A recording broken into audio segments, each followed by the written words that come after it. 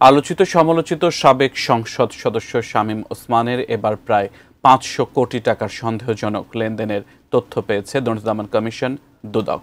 ক্ষমতাচ্যুত আওয়ামী লীগের প্রভাবশালী সংসদ সদস্য এবং তার স্ত্রীর বিরুদ্ধে মামলা হয়েছে।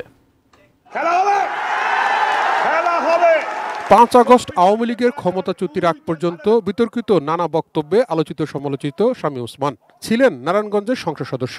মানি লন্ডারিং এর অভিযোগে চলতি বছরের শুরুতেই দুদক মামলা করেছে তার বিরুদ্ধে। যুদ্ধ খেলা খেলেন না। মঙ্গলবার দুর্নীতি দমন কমিশনের নিয়মিত সংবাদ সম্মেলনে জানানো হয়, এবার শামীম ওসমান ও তার স্ত্রীর প্রায় ৫০০ কোটি টাকার সন্দেহজনক লেনদেন এবং ১০ কোটি টাকার অবৈধ সম্পদ অর্জনের প্রমাণ পেয়েছে সংস্থাটি। ক্ষমতার অপব্যবহার পূর্বক ৬,৬৭ লক্ষ টাকারও বেশি মূল্যের জ্ঞাত আয় বহির্ভূত সম্পদ অর্জন এবং ৯টি ব্যাংক হিসাবের মাধ্যমে ৪৩৯ কোটি টাকারও বেশি অস্বাভাবিক এবং সন্দেহজনক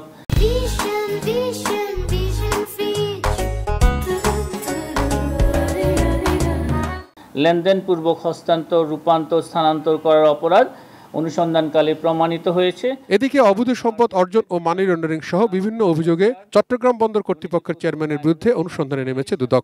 জনাব এস.এম. মনিরুজ্জামান, চেয়ারম্যান চট্টগ্রাম বন্দর কর্তৃপক্ষ, চট্টগ্রামের বিরুদ্ধে ক্ষমতার অপব্যবহার, অনিয়ম, অর্থ আত্মসাৎ, মানি লন্ডারিং এবং অবৈধ সম্পদ অর্জনের অভিযোগে অনুসন্ধান কার্যক্রম শুরু হয়েছে।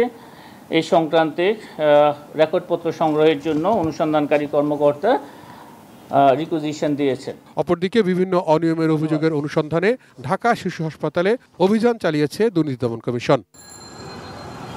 তাহিদ সুরভ, এটিএন নিউজ, ঢাকা।